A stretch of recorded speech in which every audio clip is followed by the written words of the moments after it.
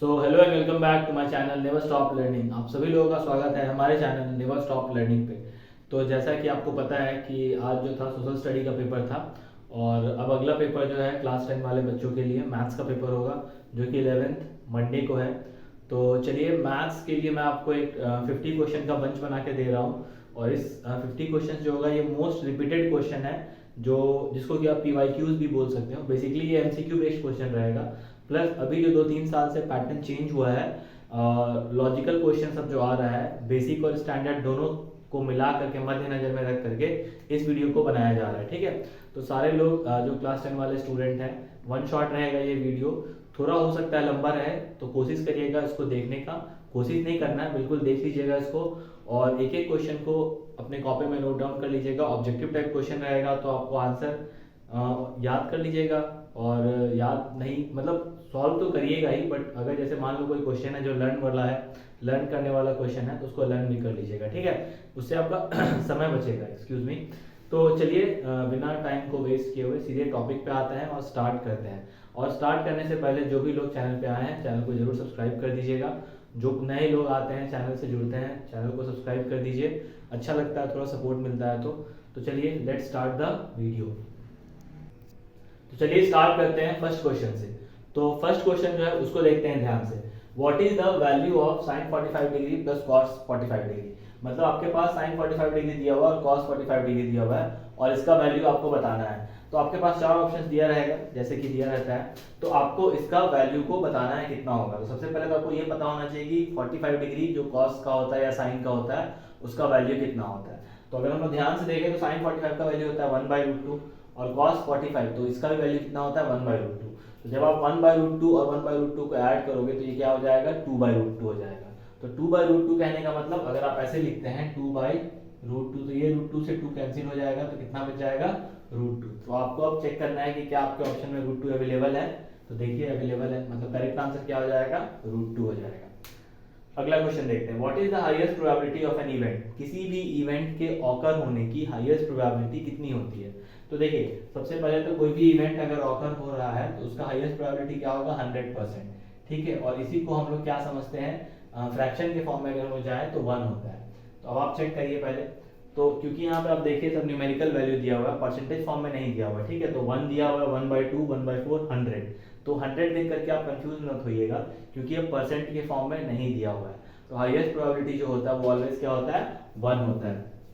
इससे एक चीज और ध्यान में आप रखिएगा कि जब भी आप प्रोबेबिलिटी का क्वेश्चन सॉल्व कर रहे होंगे तो उसका जो आंसर आएगा प्रोबेबिलिटी का वो ऑलवेज लेस देन 1 होगा। ठीक है, तो इसको ध्यान रखिएगा। पॉइंट में रह सकता है, फ्रैक्शन में रहेगा तो कभी भी फ्रैक्शन में इस टाइप का नहीं रहेगा। जैसे मान लो यहाँ 4/3 हो गया तो ये 1.33 हो गया, ये चीज नहीं होना चाहिए। ठीक है, 1 से कभी भी वैल्यू बड़ा नहीं बढ़ेगा। ठीक है, तो इसको ध्यान रखिएगा। तो चलिए अब देखते हैं अगला क्वेश्चन। अ डाई थ्रोन वंस, है ना, एक डाई है जो लूडो खेलते हैं आप लोग, उसमें जो होता है डाई उसी को बोलते हैं। तो a die thrown once the probability of getting an prime number. Prime number के आने की संभावना कितनी है। तो किसी भी डाइस में आप देखिए क्या क्या होता है प्राइम नंबर 2 3 5 तीन ही प्राइम नंबर होता है। तो 3/6, तो 3/6 मतलब 1/2 1/2 हो जाएगा। ठीक है, the probability of getting N even number, same question है, बस क्या निकालना है इसमें इवन नंबर का। इवन नंबर क्या क्या होता है 2 4 6। ठीक है, तो अगेन 3/6 कितना हो जाएगा 1/2 हो जाएगा। अगला क्वेश्चन देखते हैं। The probability that a number selected at random from the number 1 to 3 up to 15 is a multiple of 4। मतलब आपके पास 1 से लेकर के 15 तक का नंबर दिया हुआ है, इसमें आपको बताना है कि 4 का मल्टीपल आने का संभावना कितना है। सबसे पहले 4 का मल्टीपल आपको निकालना होगा 1 से 15 के बीच में। तो सबसे पहले 4 का टेबल आप पढ़ लो। 4 4 4 1 4 4 2 8 4 3 12, है ना। तो उसके बाद 4 4 16, तो 16 तो इसके अंदर आएगा नहीं, है ना। तो कितना नंबर बचा 1 2 3, तो कितना हो जाएगा 3/15। तो आप चेक करिए क्या आंसर में 3/15 दिया हुआ है, नहीं दिया हुआ। तो इसको आप सिंप्लीफाई करिए। 3 1 3 3 5 15, तो देखिए 1/5 आंसर में दिया हुआ है, बिल्कुल दिया हुआ है। तो आपका करेक्ट आंसर क्या हो जाएगा सी नंबर 1/5। अब बढ़ते हैं हम लोग अगले क्वेश्चन की ओर। चलिए देखते हैं अगला क्वेश्चन। अगला क्वेश्चन जो है वो क्या दिया हुआ है। 2 different coins are tossed simultaneously, the probability of getting at least one head is। मतलब आपको क्या बोला गया है कि 2 कॉइन को आप एक साथ टॉस किए, ठीक है। अब उसमें मिनिमम एक हेड आने का संभावना कितना है, एटलीस्ट वन हेड। ठीक है, तो जब भी आप ध्यान दीजिएगा, जब भी आप दो पॉइंट को टॉस करेंगे ना, तो चार उसका सैंपल स्पेस बनता है, मतलब टोटल चार आउटकम्स होते हैं। ठीक है, सैंपल स्पेस कहने का मतलब आउटकम्स। ठीक है, तो कौन कौन से आउटकम होते हैं वो मैं लिख के दिखा दे रहा हूँ। हेड हेड हो सकता है, हेड टेल हो सकता है, टेल टेल हो सकता है, टेल हेड हो सकता है। अब इन लोग क्या बोल रहे हैं कि इसमें एटलीस्ट वन हेड आना चाहिए, कम से कम एक हेड होना चाहिए। तो कम से कम एक हेड इसमें भी है, कम से कम एक हेड इसमें भी है, कम से कम एक हेड इसमें भी है। ठीक है, तो चलिए अब देखते हैं। तो एक दो तीन, टोटल कम से कम एक एक हेड जो है वो किसमें किसमें है, तो एक दो तीन, तो 3/4। तो करेक्ट आंसर क्या हो जाएगा, 3/4 हो जाएगा। ठीक है, अब आइए अगला question. A number is selected at random from 1 to 30, मतलब आपको 1 से लेकर के 30 तक नंबर दिया हुआ, उसमें से एक नंबर को रैंडमली सिलेक्ट करना है और उसमें बताना है the probability of prime number is, यहाँ पे इज छूट गया, उसको बताना है कि प्रोबेबिलिटी उसमें प्राइम नंबर का कितना है। तो सबसे पहले तो आपको ये पता होना चाहिए कि 1 से लेकर के 30 के बीच में कितना प्राइम नंबर है। तो वो मैं फटाफट लिख देता हूँ। 2 है, 3 है, 5 है, 7 है, 11, 13, उसके बाद 17, 19, 23, 29। ठीक है, अब काउंट करिए फटाफट ये कितना है। तो 1 2 3 4 5 6 7 8 9 10, 10 प्राइम नंबर है। टोटल नंबर कितना हो गया, 30। तो 10/30, 10/30 मतलब 1/3। तो करेक्ट आंसर कितना हो जाएगा, 1/3। Next question, a card is drawn at random from 52 cards. जो डेक ऑफ 52 कार्ड्स होता है, ताश वाला जो होता है, उसी की बात की जा रही है। Probability of not an S, तो एस के आने का संभावना कितना होता है। तो टोटल एस है 4, तो 4/52, 52 मतलब 52, तो कितना हो जाएगा 1/13।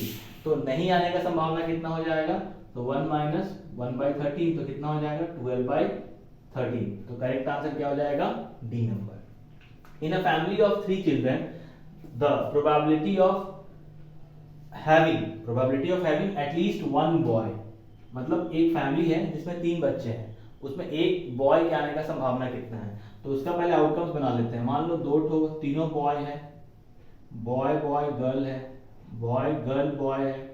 ठीक है, गर्ल बॉय बॉय है। ठीक है, सॉरी 4 हो गया। अब आइए, तीनों गर्ल है, गर्ल गर्ल बॉय है, उसके बाद गर्ल बॉय गर्ल, कितना हो गया, देखिए 8 बनना चाहिए। 1 2 3 4 5 6 7, एक और बच रहा है। अब वो चीज आपको थोड़ा ध्यान देना होगा कि कौन सा बनेगा इसमें। ठीक है, और इसमें बोला क्या है, एटलीस्ट वन बॉय। तो देखो इसमें एक ठो बॉय है, इसमें भी एक ठो बॉय है, इसमें भी एक ठो बॉय है, इसमें भी एक ठो बॉय है, मतलब सब में बॉय होगा, बस इस वाले में नहीं होगा। लेकिन बनेगा कितना ठो, 8। ठीक है, तो करेक्ट आंसर क्या हो जाएगा, 7/8। ठीक है, अब आ जाइए नेक्स्ट। अगला क्वेश्चन क्या है, the probability of getting a doublet when 2 dice are thrown simultaneously. मतलब क्या है, जब हम लोग दो डाई को साथ, डाई मतलब डाइस जो होता है, जब दो डाइस को हम लोग क्या करते हैं, थ्रो करते हैं लगातार साइमल्टेनियसली, तो उसमें डबलेट के आने का संभावना कितना है। डबलेट मतलब कि जैसे मान के चलो, जैसे 2 2 है, ठीक है, उसके बाद जैसे मान लो 3 3 है, ठीक है, तो ये डबलेट कहलाता है। क्या कहलाता है, डबलेट कहलाता है। 2 2 3 3 4 4, तो इसके आने का संभावना कितना है, तो ये टोटल 6 होता है। कितना होता है, 6 6, 1 1 2 2 3 3 4 4 5 5 6 6, तो 6/36। तो 6/36 मतलब 6 1 6, 6 6 36, तो करेक्ट आंसर कितना हो जाएगा, 1/6। तो चलिए अब बढ़ते हैं हम लोग अगले क्वेश्चन की। तो चलिए देखते हैं क्वेश्चन नंबर 11। क्वेश्चन नंबर 11 क्या है, the value of 1 + tan square theta, 1 + sin theta, 1 - sin theta, 1 + cos theta, 1 - cos theta and 1 + cot square theta is. मतलब आपके पास ये इतना सारा ट्रिग्नोमेट्रिक फंक्शन दिया हुआ है, इसको देख करके ना घबराना नहीं है भाई। ठीक है, बहुत इजी क्वेश्चन है। इन दोनों को अगर मल्टीप्लाई करोगे ना, तो a² - b² हो जाएगा, तो 1 स्क्वायर मतलब 1 - sin स्क्वायर थीटा क्या हो जाएगा, cos स्क्वायर थीटा। उसी तरह ये हो जाएगा 1 - cos स्क्वायर थीटा, सॉरी मतलब ये हो जाएगा 1 - sin स्क्वायर थीटा, जिसको कि आप लिखेंगे cos स्क्वायर थीटा। ये दोनों मिलकर के हो जाएगा 1 - cos स्क्वायर थीटा, जिसको कि आप लिखेंगे sin स्क्वायर थीटा। और 1 + cot स्क्वायर थीटा को cosec स्क्वायर थीटा लिखेंगे, और 1 + tan स्क्वायर थीटा को sec स्क्वायर थीटा लिखेंगे।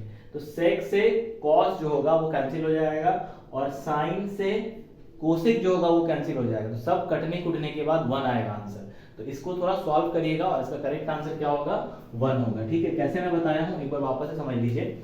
1 plus sine theta 1 minus sine theta, ये मिलके हो जाएगा 1 minus sine square theta which is equal to cos square theta, ठीक है। 1 plus cos square theta 1 plus cos theta 1 minus cos theta, ये हो जाएगा 1 minus cos square theta which is equal to sine square theta, और ये है 1 plus cot cosec, तो sine और कोसेक मल्टीप्लाई होकर 1 दे देगा और सेक और कॉस मल्टीप्लाई होकर 1 दे देगा, ठीक है। आगे आइए, if cos a is equals to 3/5 then value of 9 plus 9 10 square a, इसका आंसर आपको देना है, बहुत सिंपल है। इसमें cos का आपको पता होता है, बेस बाय हाइपोटेन्यूज होता है, उसका आंसर आप पहले करिए और फिर सॉल्व करके बताइए कमेंट सेक्शन में लिख करके। If sin theta plus cos theta equals to √2 then tan theta plus cot theta is equals to, ये भी बहुत इंपॉर्टेंट क्वेश्चन है, थोड़ा सा दिमाग लगाना होगा आपको। ये क्वेश्चन मैं एक बार पहले भी वीडियो में डिस्कस कर चुका हूँ, तो इसीलिए इस क्वेश्चन का भी आंसर आपको खुद से करना है, ठीक है। थोड़ा सा दिमाग लगाइएगा, बन जाएगा, बहुत ज्यादा कुछ इसमें करना नहीं है, बस हल्का सा यूज करना है ब्रेन का, ठीक है। ये देखिए, ये थोड़ा सा हट के क्वेश्चन है। If k plus 1 is equals to sec square theta multiply 1 plus sine theta 1 minus sine theta then k is, तो सबसे पहले देखो यहाँ पे वही सीन है, a plus B a minus B, मतलब 1 minus sine square theta 1 minus sine square theta क्या हो जाएगा, cos स्क्वायर थीटा, और cos और sec मल्टीप्लाई करके कितना मिल जाएगा, 1 मिल जाएगा। तो k प्लस 1 बराबर कितना हो गया, 1, तो k इज इक्वल्स टू 0। क्यों? क्योंकि भाई k प्लस 1 बराबर 1 है, तो 1 से 1 तो ऐसे ही कट जाएगा, इधर आएगा तो 0 हो जाएगा, तो इसीलिए k का वैल्यू क्या हो जाएगा, 0 हो जाएगा, ठीक है। यही सब क्वेश्चन आता है ऑब्जेक्टिव टाइप क्वेश्चंस में, ठीक है। ये बहुत इंपॉर्टेंट क्वेश्चन है, इसको मार्क कर लीजिएगा अच्छे से। अब if sin theta minus cos theta बराबर 0 दिया हुआ है, तो आपको sin to the power 6 theta cos to the power 6 theta calculate करना है। बहुत ही आसान क्वेश्चन है, जब भी इस टाइप का क्वेश्चन आता है ना, चाहे पावर कुछ भी दिया हो, ठीक है, तो सबसे पहले तुम थीटा का वैल्यू निकालो। मैं यहाँ पे थीटा का वैल्यू निकाल के दे रहा हूँ आपको बस इसका वैल्यू कैलकुलेट करना है, ठीक है, वो आप खुद से करेंगे। देखिए आप क्या करेंगे, इसको आप एक साइड ले लो, तो क्या हो जाएगा, sin थीटा बराबर cos थीटा। अच्छा, एक बात आपको इसके आगे ज्यादा सॉल्व करने की जरूरत नहीं, बस एक टेक्निकल दिमाग लगाना है कि थीटा का वैल्यू दोनों जगह पे कहाँ पे सेम होता है। तो sin 45 का वैल्यू और cos 45 का वैल्यू 1/√2 होता है ना, तो बस sin 45 का वैल्यू भी 1/√2, cos 45 का वैल्यू भी 1/√2, मतलब थीटा कहाँ पे इक्वल होता है, 45 डिग्री पे, मतलब sin और cos कहाँ पे इक्वल होता है, 45 डिग्री पे। बस तो यहाँ पे 45 बैठाओ और सॉल्व करो, तो करेक्ट आंसर कितना आ जाएगा, यहाँ पे आप खुद से सॉल्व करके आंसर बता दीजिएगा कमेंट सेक्शन में, ठीक है। अगला क्वेश्चन है, इफ x बराबर 2 sin स्क्वायर थीटा y बराबर 2 cos square theta plus 1 then x plus y। देखो दोनों को ऐड करना है, तो कर लेते हैं, यहाँ से 2 कॉमन निकाल लेंगे तो क्या बच जाएगा अंदर में, sin square theta plus cos square theta, जो कि क्या होता है 1, तो 2 प्लस 1 कितना हो गया, 3। वापस से समझिए, 2 sin square theta plus 2 cos square theta plus 1, तो 2 कॉमन निकाल लेंगे इन दोनों में, sin square theta plus cos square theta 1 हो जाएगा, तो 2 प्लस 1 इज इक्वल्स टू 3, तो करेक्ट आंसर क्या हो जाएगा इसका, 3 हो जाएगा। यहाँ तो बहुत सिंपल है, एनसीईआरटी का क्वेश्चन है, आप जब भी 8.4 एक्सरसाइज निकालिएगा उसमें आई होप चौथा या पांचवा नंबर क्वेश्चन है, ये देख लीजिएगा एक बार। 9 कॉमन लीजिए, sec square theta minus tan square theta is equals to 1 होता है, इसीलिए इसका करेक्ट आंसर क्या हो जाएगा, 9 हो जाएगा, ठीक है। यहाँ पे आते हैं, if 2 sin square beta minus cos square beta is equals to 2 then beta is equal to, ये बहुत मजेदार क्वेश्चन है, ठीक है, इसको आपको सॉल्व करना होगा। इसका आंसर मैं बता देता हूँ, 90 डिग्री होगा, बहुत ही ईजी है, थोड़ा सा दिमाग लगाइएगा ना तो बन जाएगा, कुछ खास नहीं करना है इसमें, बस थोड़ा सा दिमाग लगाना है, किसी एक को कन्वर्ट कर दीजिए, आपको आंसर मिल जाएगा, ठीक है। तो इसको जरूर करिएगा एक बार। अगला देखते हैं, find sin square 90 degree plus cos square 90 degree. अब देखो यहाँ पे फंसाने वाला क्वेश्चन है, sin square 90 plus cos square 90 का वैल्यू बताना है। अब लोग सोचेगा अरे भाई cos 90 का स्क्वायर फिर sin 90 का स्क्वायर, तो दिमाग क्या लगाना है, ये सीधा फॉर्मूला बेस्ड है, sin square theta plus cos square theta is equals to 1, क्योंकि थीटा दोनों में सेम है, तो आंसर क्या होगा, 1 हो जाएगा। देखिए 1 दिया हुआ है। अगला क्वेश्चन देखते हैं, the value of cot square 45 degree plus tan square 45 degree. अब यहाँ पे भी बहुत बच्चे क्या करेंगे, 1 लिख देंगे आंसर, लेकिन 1 होगा आंसर। देखिए तो पहले इसमें दिया हुआ 1, एक्चुअली इसमें ऑप्शन ही नहीं दिया हुआ है, गलती से ऑप्शन बदल गया है इसमें, इसको यहाँ पे 2 कर लेते हैं। देखिए तो cot स्क्वायर 45 मतलब cot 45 का वैल्यू 1 होता है, tan 45 का वैल्यू भी 1 होता है, तो 1 1 ऐड होकर कितना मिल जाएगा, 2। तो यहाँ पे नॉट डिफाइन की जगह होना चाहिए था नन ऑफ दीज, जो कि यहाँ पे नॉट डिफाइन लिखा हुआ है, इसीलिए मैंने यहाँ पे 2 डाल दिया, तो करेक्ट आंसर क्या होगा इसका 2। अगर मान लो 2 ऑप्शन में नहीं रहा तो आप क्या लिखेंगे, नन ऑफ दीज। चलिए अब बढ़ते हैं हम लोग आगे अगले क्वेश्चन की ओर। चलिए देखते हैं question number 21। In the given figure DE parallel to BC, AD equals to 3 and BD equals to 4 units, BC 14 units दिया हुआ है, देन DE बराबर, मतलब आपको क्या क्या दिया हुआ है कि आपके पास एक ट्राइंगल है, ठीक है, उस ट्राइंगल में DE पैरेलल जो है वो BC दिया हुआ है, मतलब क्या दिया हुआ है, DE पैरेलल टू BC, और आपको इसमें क्या फाइंड आउट करना है, DE का वैल्यू फाइंड आउट करना है। तो सबसे पहले जब भी ये चीज दिया हुआ रहता है, मतलब कहीं ना कहीं बात थेल्स थ्योरम का हो रहा है, या BPT थ्योरम जिसको आप बोलते हो, बेसिक प्रोपोर्शनैलिटी थ्योरम, उसका बात हो रहा है। तो अब आप उसके प्रोसेस को लगा करके DE का वैल्यू फाइंड आउट कर सकते हैं। AD बाई AB कर लीजिए, AE बाई AC कर लीजिए, ठीक है, फिर उस प्रोसेस को आगे बढ़ाइए, आपका आंसर आ जाएगा। तो आंसर जो होगा इसका हो जाएगा 6 यूनिट्स, बट ये आपको निकाल के फाइंड आउट करना है, ठीक है। मैं आपको डायरेक्टली बता दे रहा हूँ 6 यूनिट्स, क्योंकि इसको बनाने जाएंगे तो थोड़ा टाइम लगेगा, 30 सेकंड लग सकता है, तो आप उसको सॉल्व जरूर कर लीजिएगा, ठीक है। अब आते हैं अगला question. If the points A, B and C are collinear, collinear का मतलब एक ही लाइन में, तो उस केस में आपको P का वैल्यू बताना है। तो मैं आपको ऑलरेडी बता देता हूँ कि जैसे ABC है, मान लो A है, B है और C है, ये क्या है, अगर कोलिनियर है तो इसका मतलब बहुत सिंपल होता है कि AB प्लस BC का वैल्यू जो होगा वो AC के बराबर होगा। तो बस डिस्टेंस फॉर्मूला का यूज करिए और वही वाला फंडा लगाइए और आपको यहाँ पे P का वैल्यू मिलेगा। तो इसका आंसर आपको लिख करके हमको बताना है, ठीक है। तो क्योंकि कुछ क्वेश्चंस आप भी सॉल्व करिए ताकि आपका उससे ब्रेनस्टॉर्मिंग होगा थोड़ा सा। बहुत ही आसान क्वेश्चन है अगला दो, उसको ध्यान से, टेक्निकल क्वेश्चन है, ट्रिकी क्वेश्चन है। The distance of a point 4,7 from x axis is, अब इसके लिए आपको बहुत भयानक दिमाग नहीं लगाना है। आपके पास बोर्ड के पेपर में आप देखते होंगे, जब पेपर शीट मिलेगा आपको मैथ्स के लिए, तो उसमें ग्राफ रहता है, ठीक है। ग्राफ में x एक्सिस y एक्सिस बनाइएगा, 4 5 उसमें ड्रॉ करिएगा और उसके बाद क्या करिएगा, काउंट कर लीजिएगा x एक्सिस से, सॉरी 4 7 उसमें पॉइंट बनाइएगा। कहने का मतलब ऐसे आपका ग्राफ है 4 7 समथिंग यहाँ पे आएगा, है ना, क्योंकि 1 2 3 4 1 2 3 4 5 6 7, है ना। मान लो अब इस पॉइंट का डिस्टेंस x एक्सिस से कितना दूर पे है, तो 7 यूनिट्स के डिस्टेंस पे है, तो यही इसका आंसर हो जाएगा। अब लोग इसमें फॉर्मूला लगाने जाएंगे तो फिर वो बनेगा ही नहीं, ठीक है। तो ये वाला पार्ट और ये वाला पार्ट दोनों सेम क्वेश्चन है, बस फर्क क्या है, इसमें x एक्सिस से डिस्टेंस पूछा जा रहा है, इसमें y एक्सिस से पूछा जा रहा है। तो एक में आंसर 7 होगा, दूसरे में आंसर क्या हो जाएगा, 4 हो जाएगा। तो इस दोनों क्वेश्चन को बहुत अच्छे से मार्क कर लीजिएगा, ये और ये वाला क्वेश्चन, ठीक है। अब अगला क्वेश्चन देखते हैं। The ratio in which the point divides and divides the join of 2,3 and 7,8, क्या क्या हो जाएगा, -2,2:3, और उसके बाद b क्या हो जाएगा, पहले रेशियो क्या दिया वो देख लीजिए, -2:3, फिर -3:2, फिर क्या दिया हुआ है 3:2, और फिर क्या दिया हुआ है 2:3। अब सबसे पहले तो आपको ये देखना है कि रेशियो माइनस में होता है क्या। मेरे हिसाब से तो हमने कभी नहीं देखा, तो सबसे पहले दो ऑप्शन तो ओमिट हो गया। अब इन दोनों ऑप्शन में से कोई एक ऑप्शन होगा, आपको सेक्शन फॉर्मूला यूज करना है। सेक्शन फॉर्मूला क्या होता है, x = mx2 plus nx1 by x1 plus x2, या फिर ऐसे भी आप लिख सकते हो m प्लस n होगा यहाँ पे। उसी तरह y का वैल्यू क्या हो जाएगा, my2, है ना, देख लो ध्यान से, my2 plus ny1 = m plus n। ये फॉर्मूला लगाओ और इस पे आंसर आपको क्या हो जाएगा, मिल जाएगा। इसका भी आंसर आपको कैलकुलेट करके बताना है। Perimeter of triangle with vertices 0,4 0 0 3,0, ये बहुत आसान क्वेश्चन है। यहाँ पे ओरिजिन है 0,0, ठीक है। अब देखो ध्यान से, 3,0 मतलब 3,0 कहाँ पे बनेगा, यहाँ बनेगा, ये पॉइंट होगा 3,0, 0,4 मतलब x एक्सिस 0 है, 4 ऊपर जाएगा यहाँ। अब ये बन गया आपका ट्राइंगल।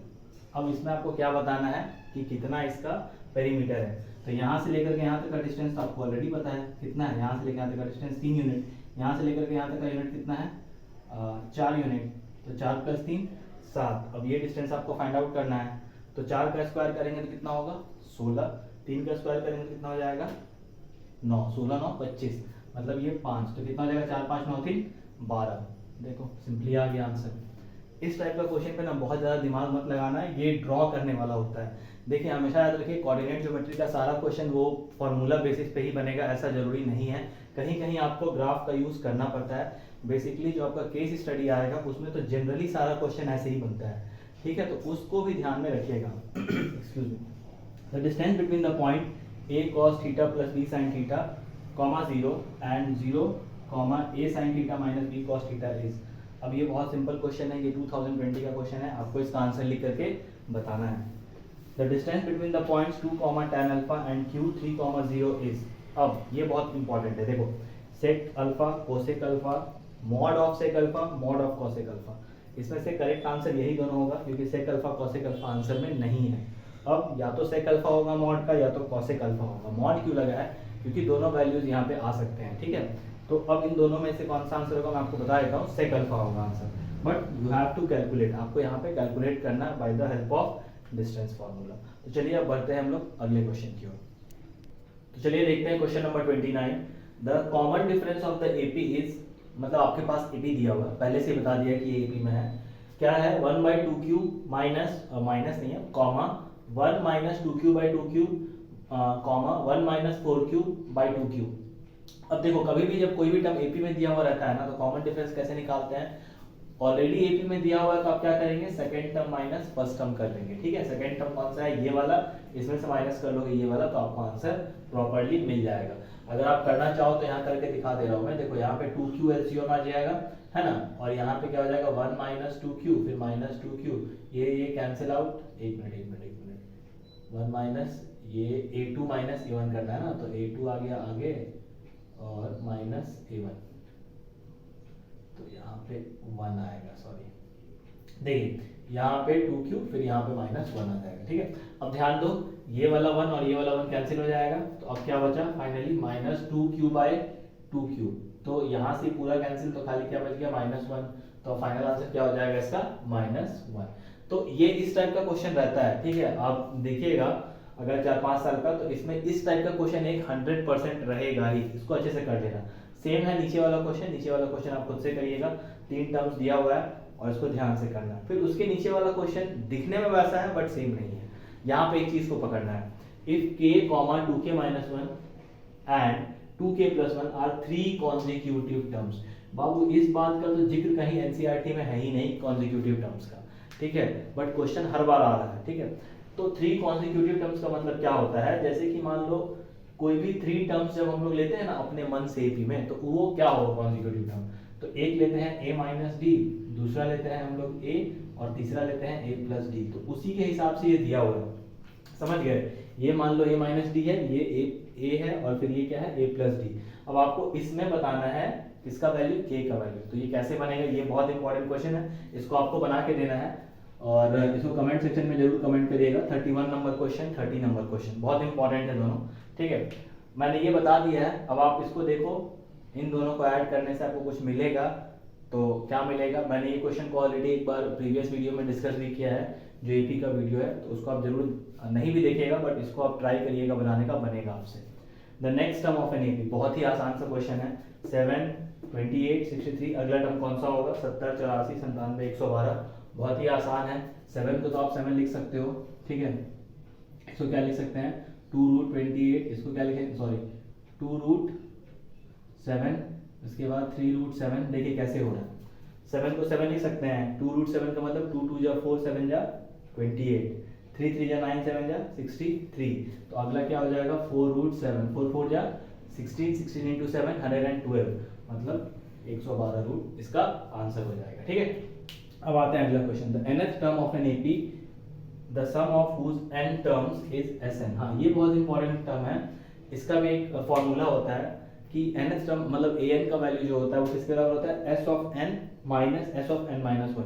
तो मैं डायरेक्टली इसका मैं आपको बता रहा हूँ क्योंकि ये फॉर्मूला है और आपको इससे भी रिलेटेड क्वेश्चन आएगा, तो इसको आप बहुत ही ध्यान से नोट डाउन कर लीजिएगा। 34th नंबर क्वेश्चन जो है वो क्या, वो देख लेते हैं। The sum of first 20 odd natural number is. अब ऑड नेचुरल नंबर का ऑड, याद रखिएगा ऑड, 1 3 5 7 ऐसे करके 20 तक जाना है और ऐड करना है, ठीक है। तो इसका एक शॉर्ट फॉर्मूला होता है, उसको यूज करके आपको इसका आंसर बताना है। बाय द वे इसका आंसर होगा 400, बट फिर भी आप ट्राई करके बनाइए, फिर आंसर आप बताइएगा तो ज्यादा मजेदार होगा। The sum of first 16 terms of the AP. अब 16 टर्म्स बताना है ना, तो ये आपका हो गया फर्स्ट टर्म, ठीक है। डिफरेंस हो गया -4 का, है ना, n हो गया इसमें 16 और सब कुछ दे दिया है, आपको s of 16 निकालना है, आप निकाल के आंसर टिक करके बताइएगा। चलिए देखते हैं क्वेश्चन नंबर 36। क्वेश्चन नंबर 36 जो है वो क्या दिया हुआ है उसको देख लेते हैं। The number of factors of a prime number is, मतलब कोई भी जो प्राइम नंबर होता है उसमें कितने फैक्टर्स होते हैं, बहुत इंपॉर्टेंट चीज है। तो प्राइम नंबर में बेसिकली दो फैक्टर्स होते हैं, नंबर इटसेल्फ और वन, तो इसीलिए आंसर क्या हो जाएगा, 2 हो जाएगा इसका, ठीक है। कितने फैक्टर्स होते हैं, 2। If A and B are two coprime, A और बी अगर दो को प्राइम नंबर्स हैं, तब ए क्यूब और बी क्यूब क्या होगा, ठीक है। तो इसको आपको याद रखना होगा, ए और बी अगर को प्राइम नंबर है तो ए क्यूब और बी क्यूब जो होगा वो भी को प्राइम होगा। तो इसका करेक्ट आंसर क्या हो जाएगा, को प्राइम। ये दोनों क्वेश्चंस सीबीएसई में रिपीटेड क्वेश्चन है, 1920 में आया है, 19 में और 20 में दोनों में आया हुआ है। if two positive integers a and b are written as a is equals to x cube y square and b is equals to x y cube where x and y are prime numbers, है ना, then HCF of a and b, मतलब आपको HCF find out करना है। तो सबसे important क्या है ना, HCF में दोनों का कॉमन फैक्टर निकाल दीजिए। तो इसमें एक्स वाई क्यूब है और यहाँ पे क्या है, एक्स क्यूब वाई स्क्वायर, तो यहाँ का x कॉमन आ जाएगा और यहाँ से y स्क्वायर कॉमन आ जाएगा। तो फाइनल आंसर क्या हो जाएगा, एक्स वाई स्क्वायर। तो आप ऑप्शन चेक करिए, है बी ऑप्शन है, तो करेक्ट आंसर क्या हो जाएगा, X Y square. Next question क्या है, the number of zeros for a polynomial px whose graph is given. Graph दिया हुआ है, ग्राफ देखिए ध्यान से, ये आपका एक्स एक्सिस है और कर्व देखिए यहाँ से स्टार्ट हो रहा है और यहाँ से टच करते हुए निकल रहा है, ठीक है। तो जब भी आपको जीरोस निकालने बोला जाता है तो आप सबसे पहले क्या देखोगे कि x, क्योंकि y is equals to px है ना, x है ना, तो x एक्सिस पे ये जो कर्व है कितने जगह टच हो रहा है। तो एक पॉइंट आपका ये वाला हो गया टच पॉइंट, एक ये वाला हो गया और एक ये वाला हो गया, तो कितना टच पॉइंट है, 3 टच पॉइंट है। तो इसका मतलब इस पॉलिनोमियल का जीरो कितना होगा, 3। तो करेक्ट आंसर क्या हो जाएगा, 3 हो जाएगा। अब अगला क्वेश्चन क्या है, देखिए, the zeros of the polynomial x square minus 3x minus m under bracket m plus 3 और अब इसका जीरोस निकालना है। जीरोस कैसे निकालते हैं आपको पता ही है, x का वैल्यू को जीरोस पुट कर देंगे तो आपको पता चल जाएगा। तो उस हिसाब से अगर आप पुट करोगे तो आपको क्या आंसर मिलेगा, माइनस m और ब्रैकेट में क्या मिल जाएगा, m प्लस 3। तो चलिए अब बढ़ते हैं हम लोग नेक्स्ट क्वेश्चन की ओर। तो चलिए देखते हैं क्वेश्चन नंबर 41 नंबर क्वेश्चन क्या दिया हुआ है। बेसिकली इस पार्ट में जितने भी क्वेश्चंस मैंने लिखे हैं ना, उसमें मोस्ट ऑफ द क्वेश्चंस आप ही को सॉल्व करना है, या फिर मैं ऐसा कह सकता हूँ कि ये पूरे के पूरे क्वेश्चंस आपको सॉल्व करने हैं, ठीक है। क्योंकि ये ऑलरेडी बहुत बार बताया जा चुका है और ये सारे के सारे मोस्ट रिपीटेड क्वेश्चंस में से हैं और ये सारे के सारे क्वेश्चंस एग्जाम में आए हुए हैं, ठीक है। तो मैं क्वेश्चन पढ़ दे रहा हूँ, if alpha and 1 by alpha are the zeros of the quadratic polynomial. यहाँ पे क्वाड पॉली का मतलब है क्वाड्रेटिक पॉलिनोमियल। पॉलिनोमियल आपके पास दिया हुआ है 2x square minus x plus 8k, then k is equals to, k का वैल्यू कितना होगा, ठीक है। अल्फा और 1 बाय अल्फा आपका जीरोस ऑफ द पॉलिनोमियल दिया हुआ है, तो आपको बताना है कि इस पॉलिनोमियल में k का वैल्यू कितना होगा। आपके पास 4 ऑप्शन दिए हैं, आप इसको यूज करिए और आंसर बताइए और कमेंट सेक्शन में लिख करके क्वेश्चन नंबर के साथ आप कमेंट करिएगा, ठीक है। इफ हाँ, ये one of the most important question है DVI, आप ऐसे समझ लो, ये वाला और इसके नीचे वाला। If alpha and beta are the zeros of the quadratic polynomial, quadratic polynomial again यहाँ भी वही दिया हुआ है, थोड़ा सा अलग है, 2x square plus 4x plus k such that alpha square plus beta square plus alpha into beta equals to 21/4, then value of k। सबसे पहले आप ऐसा करो, sum of the zeros, product of the zeros निकाल दो। सम of the zeros आपको पता है क्या होता है, alpha plus beta is equals to minus b/a और प्रोडक्ट ऑफ द जीरोस क्या होता है, alpha into beta is equals to c/a, ठीक है। तो उसके हिसाब से यहाँ पे और इस इक्वेशन में आपको लेकर के आना है, अल्फा प्लस बीटा का होल स्क्वायर कर दो, स्क्वायरिंग बोथ साइड करके, फिर आपका जो भी होगा आंसर आ जाएगा उसी लाइन में। मैं क्या कहना चाह रहा हूँ आपको, मैं आपको एक बार यहाँ स्मॉल करके दिखा दे रहा हूँ, छोटा छोटा स्टेप। ये कर देना स्क्वायरिंग बोथ साइड, जो भी यहाँ पे वैल्यू रहेगा, और अल्फा इंटू बीटा का वैल्यू है ही आपके पास, और आप जैसे ही है ना इस वैल्यू को इसमें पुट कर दोगे, क्योंकि ये ऑलरेडी दिया हुआ है, तो आपका के का आंसर आ जाएगा, ठीक है। तो ध्यान यहाँ पे ये देना है। अब अगला क्वेश्चन जो है that is 43, find the value of p for which one root of the quadratic polynomial. यहाँ qp का मतलब है क्वाड्रेटिक पॉलिनोमियल। पॉलिनोमियल दिया हुआ है px square minus 14x plus 8 equals to 0 is 6 times the other.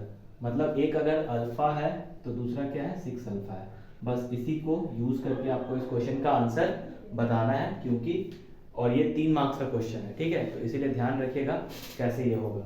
अब अगला क्वेश्चन देखते हैं, the value of k for which the system of equation has no solution. No solution का पहले आपको केस पता होना चाहिए कि क्या होता है। तो मैं यहाँ केस टेबल से लिख दे रहा हूँ, a1/a2 equals to b1/b2 not equals to c1/c2। ये केस होता है। अब आपको इसमें 4 में से आंसर बताना है, that is -2 not equal to 2 equals to 2 या 3, ठीक है।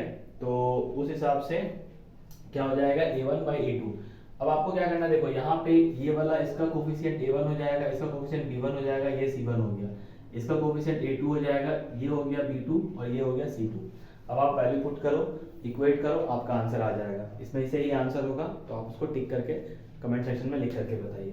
द नेक्स्ट क्या है, the value of k for which the lines मतलब इक्वेशन ऑफ लाइन दिया हुआ है कोइंसाइड। कोइंसाइड का मतलब क्या होता है, कोइंसिडेंट। कोइंसिडेंट का केस क्या है, इनफाइनाइटली मेनी सॉल्यूशन। तो आपको ध्यान देना है, देखो क्वेश्चन में जो टर्म्स लिखे हैं ना उसको देख करके पकड़ना है। तो यहाँ पे क्या दिया हुआ है, कोइंसाइड है ना। कोइंसाइड का मतलब लाइन क्या है, कोइंसाइड मतलब एक दूसरे के ऊपर ओवरलैप्ड है। ये किसका केस होता है, तो इनफाइनाइटली मेनी सॉल्यूशन का केस होता है। तो उसके हिसाब से आपको क्या करना होगा, उसका केस लिखना होगा। तो केस कैसे लिखते हैं, a1/a2 is equals to b1/b2 is equals to c1/c2 है ना। अब इस पे वैल्यू पुट अप करो, 5/15 हो जाएगा, 7/21 हो जाएगा, 3/k हो जाएगा और इक्वेट कर दीजिए, करेक्ट आंसर आपको यहाँ से मिल जाएगा। तो ये दोनों का मैंने बता दिया है और आप बिलीव करो इस दोनों टाइप के क्वेश्चन एक जरूर रहेगा ही रहेगा, एकदम फॉर श्योर है। आप क्वेश्चन पेपर में देख लेना, ऐसा क्वेश्चन एक तो डन मिलेगा ही आपको। अगला क्या है, is x² - 4x² - x + 1 is equals to x - 2 whole cube is a quadratic equation. अब आपके पास ये सिंपल सा इक्वेशन दिया हुआ है और आपसे पूछा जा रहा है क्या ये क्वाड्रेटिक इक्वेशन है या नहीं है। तो क्वाड्रेटिक इक्वेशन का आपको स्टैंडर्ड फॉर्म पता होना चाहिए, जो कि क्या होता है, ax² + bx और plus c is equals to 0। ये होता है क्वाड्रेटिक इक्वेशन का स्टैंडर्ड फॉर्म।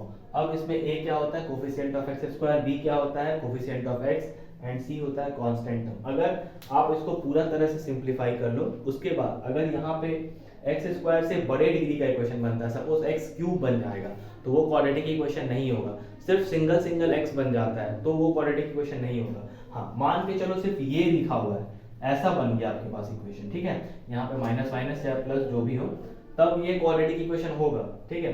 तो ध्यान रखना है कि x³ में नहीं होना चाहिए, x सिंगल वाला नहीं होना चाहिए, तो क्यूब वाला क्यूबिक हो जाएगा और सिंगल वाला लीनियर हो जाएगा। तो पावर ऑलवेज कितना होना चाहिए, हाईएस्ट 2 ही होना चाहिए। तो इसका आंसर आप देख लीजिएगा, यस या नो होगा, कांट से तो हो ही नहीं सकता है, यस और नो में आएगा आंसर। तो चलिए अब बढ़ते हैं क्वेश्चन नंबर 47 की ओर।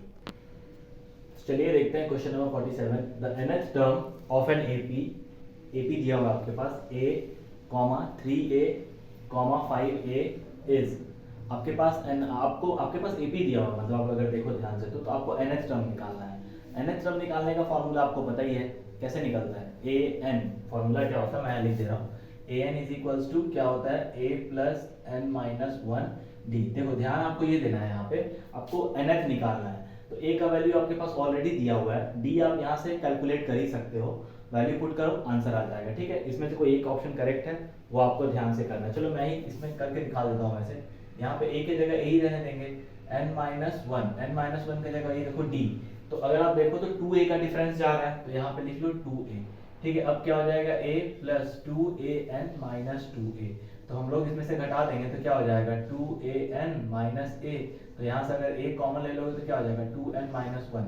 अब आप चेक करो, ये वाला है ऑप्शन, बिल्कुल है बी नंबर। तो करेक्ट आंसर क्या हो जाएगा, बी नंबर। ये बहुत इजी सा क्वेश्चन था, पर थोड़ा सा ये सब दे देता है ना, तो बच्चा लोग क्या होता है, कंफ्यूज हो जाता है। तो कंफ्यूज नहीं होना है भाई आप लोग को, ठीक है।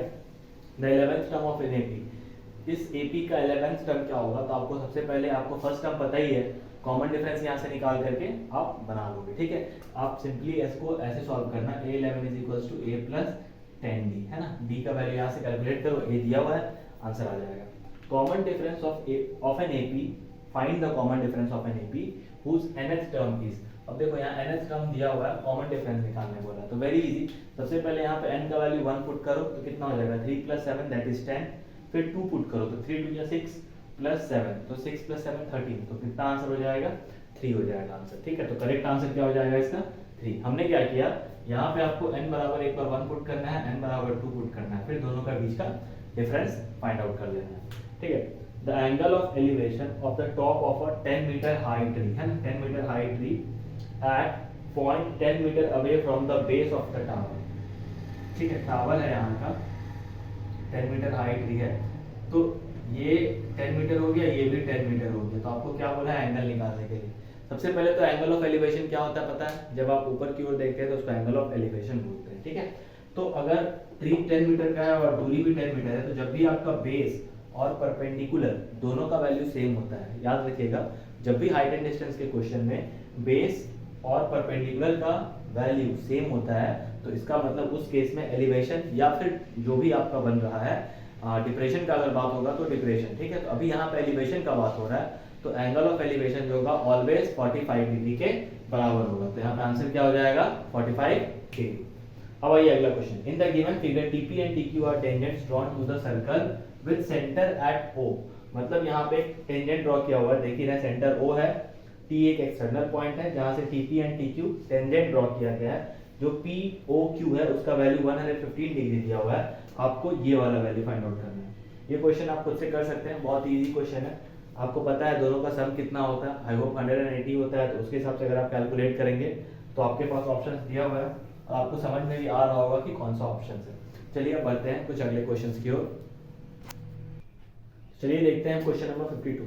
तो बेसिकली अब जो क्वेश्चन का सेट है ना उसमें आपको सारे क्वेश्चन सॉल्व करने वाले हैं, क्योंकि होता क्या था ना, जब आप कुछ समय पहले की बात करो, 2018 की, 17 की, 19 की बात करें, 18 एंड पहले वाला बात जो था 19 तक का भी अगर आप ले लो एग्जाम पैटर्न, तो उसमें 1 मार्क्स क्वेश्चन आते थे। तो ये सब क्वेश्चन ही उस समय आते थे, तो वो ऑब्जेक्टिव में भी ऐसा आ सकता है या डायरेक्ट 1 मार्क्स क्वेश्चन जो उसको ऑब्जेक्टिव में फ्रेम करके मतलब दिया जा सकता है इस बार एग्जाम में, ठीक है। पिछली बार भी ऐसा दिया गया था। तो ये कुछ क्वेश्चंस हैं, उसको हम लोग पहले समझते हैं।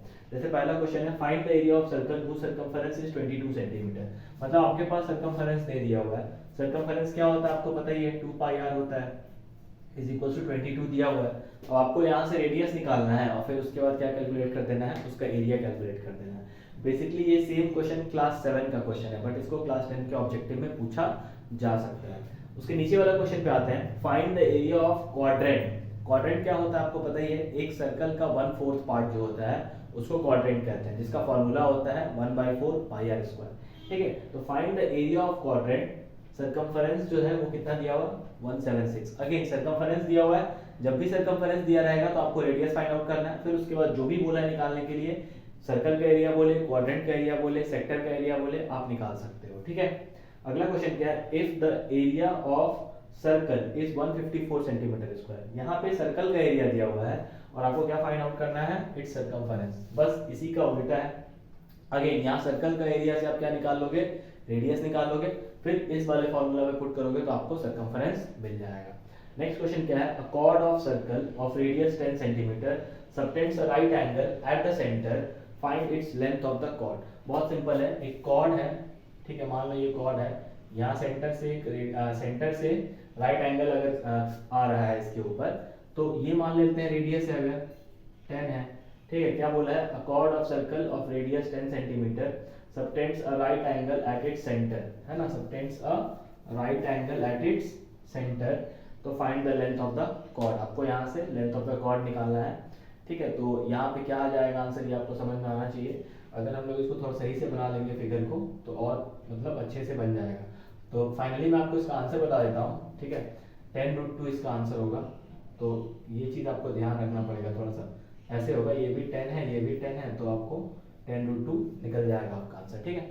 तो क्यों, क्योंकि सेंटर पे बोला है ना 90 डिग्री। देखो ये ऐसा है फिगर, मान के चलो ये सेंटर है, यहाँ पे 90 डिग्री बन रहा है और यहाँ पे ऐसा बना हुआ है। तो हम लोग को ये दिया ही हुआ, ये दिया हुआ है, तो अगर यहाँ 90 बन रहा है तो ये वाला जो पार्ट होगा नीचे वाला, ये उसका हाइपोटेन्यूज हो जाएगा, ठीक है।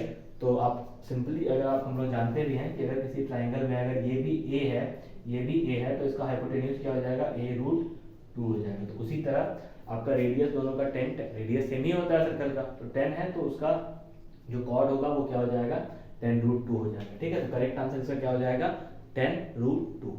Volume of spheres are in the ratio 64:27, find the ratio of their surface area.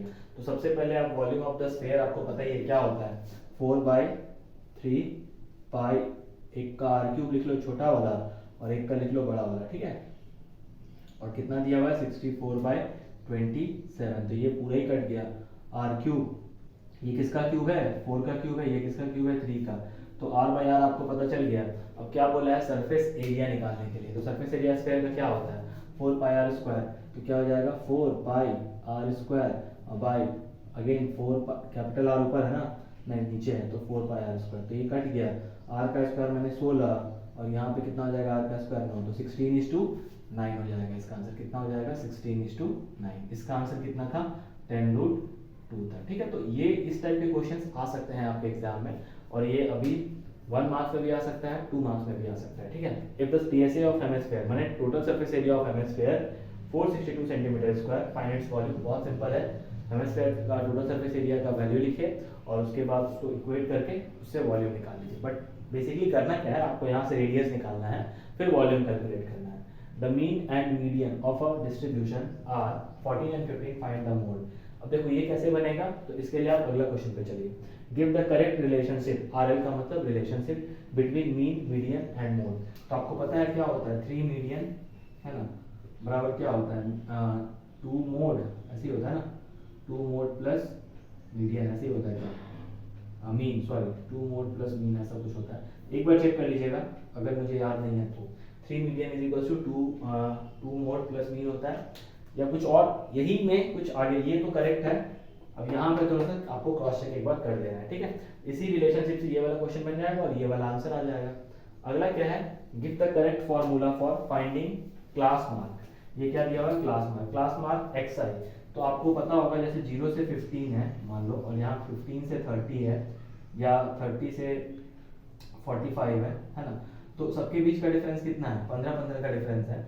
तो क्लास मार्क निकालने के लिए हम लोग फॉर्मूला क्या करते हैं, अपर लिमिट प्लस लोअर लिमिट। तो अपर लिमिट किसको बोलते हैं, जो ज्यादा वाला वैल्यू, इधर वाला वैल्यू को अपर लिमिट, इधर वाला वैल्यू को लोअर लिमिट। तो 15 प्लस 0/2, तो कितना हो जाएगा 7.5, और यही 7.5 क्या कहलाता है, क्लास मार्क कहलाता है। 7.5 दिया वो क्या कहलाएगा, क्लास मार्क कहलाएगा। तो फॉर्मूला क्या हो जाएगा क्लास मार्क का, upper limit plus lower limit by 2। अब 60 नंबर क्वेश्चंस के बाद अब हम लोग थोड़ा सा क्विक में 5 मिनट के अंदर मैं आपको पूरा बुक का जो मेन फॉर्मूला सब है फटाफट आपको रिवाइज करके बता देता हूँ। तो और 5 मिनट आप दीजिए, उसके बाद आप पूरा फॉर्मूला जो मेन फॉर्मूला है जिसके लिए मतलब आपको पढ़ना पड़ेगा वो सब करते हैं। तो चलिए स्टार्ट करते हैं फटाफट रिविजन। चलिए स्टार्ट करते हैं फटाफट फॉर्मूला रिवीजन। तो इसको बहुत ही ज़्यादा हम लोग बुलेट ट्रेन वाला स्पीड से करेंगे भाई, ठीक है, तो एकदम ध्यान से रखिएगा। सबसे पहले स्टार्ट करते हैं हम लोग एपी से ही स्टार्ट करते हैं, ठीक है।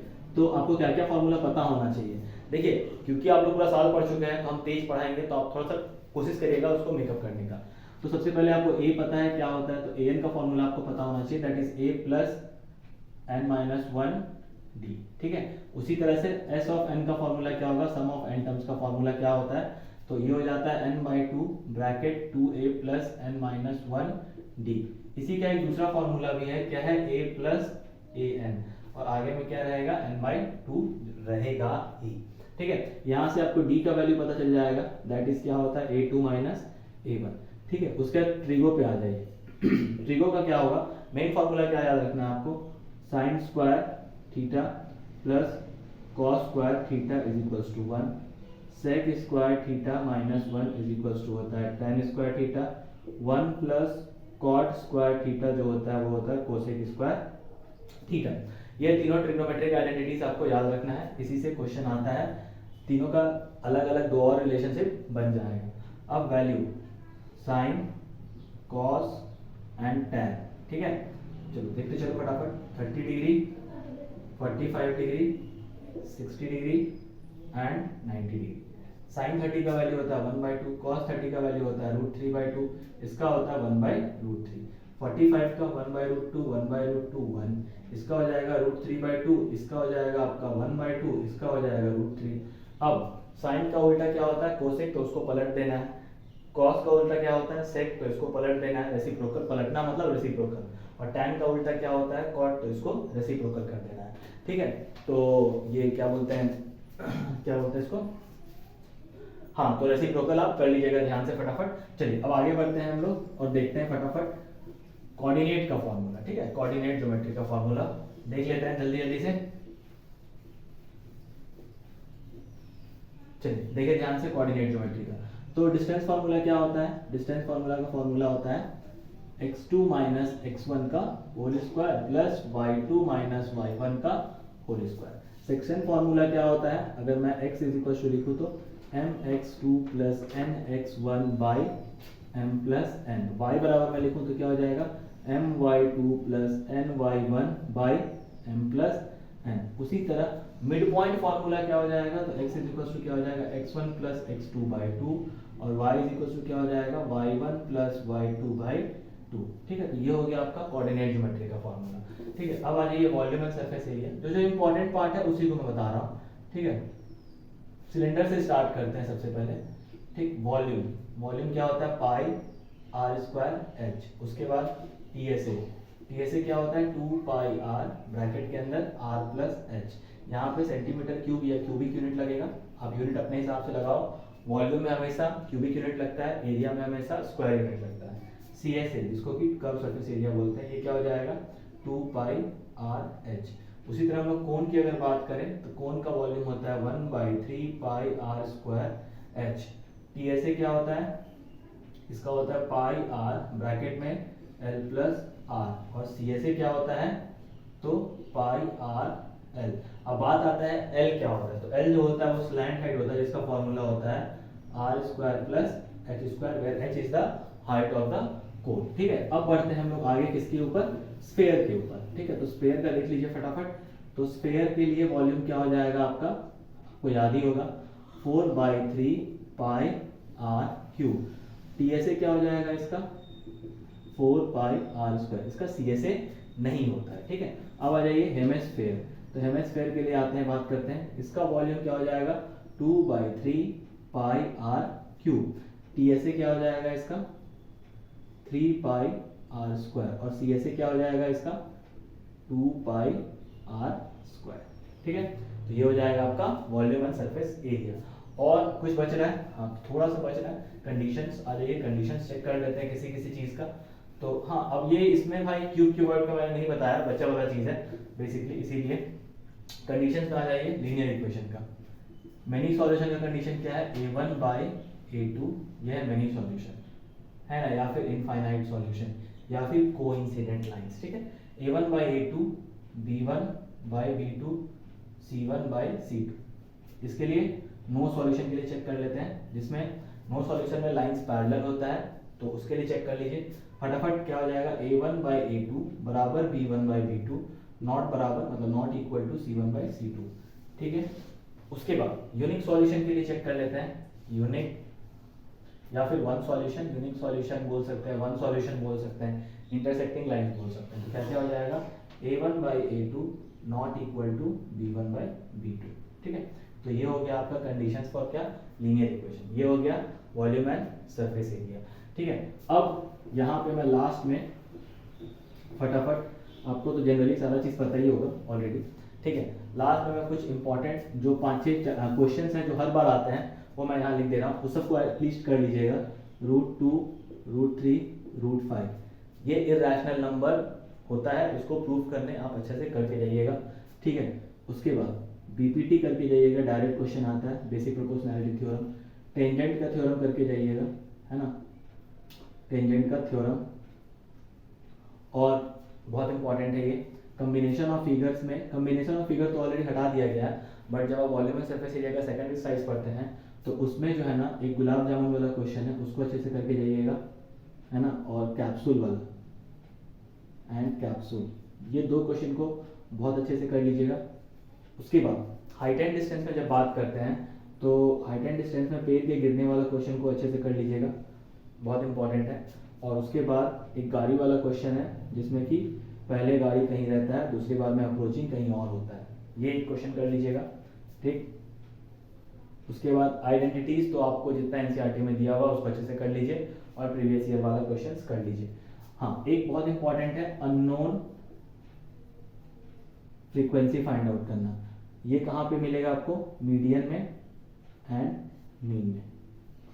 ये 5 मार्क्स के सारे क्वेश्चंस यहाँ से आएंगे, इसको अच्छे से कर लीजिएगा। तो आई होप मैंने बहुत सारा चीज़ को यहाँ पे कवर कर लिया है, और जो मैंने ये वीडियो बनाया है वो पूरा का पूरा कंप्लीट वीडियो जो है वो डेडिकेटेड टू जो बोर्ड एग्जाम आने वाला है अभी 11 तारीख को, उसके लिए है। तो सारे लोग अच्छे से वीडियो को देख लीजिएगा, एक एक क्वेश्चन को कर लीजिएगा, टॉपिक्स जो मैंने यहाँ बताया है उसको भी कवर अप कर लीजिएगा, और अच्छे से दीजिएगा एग्ज़ाम। तो ऑल द बेस्ट, और सब लोग अच्छे से पेपर दीजिएगा।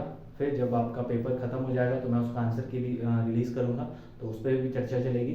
तो इस वीडियो में हम लोग इतना ही रखते हैं, फिर मिलेंगे अगले वीडियो में, तब तक के लिए जय हिंद।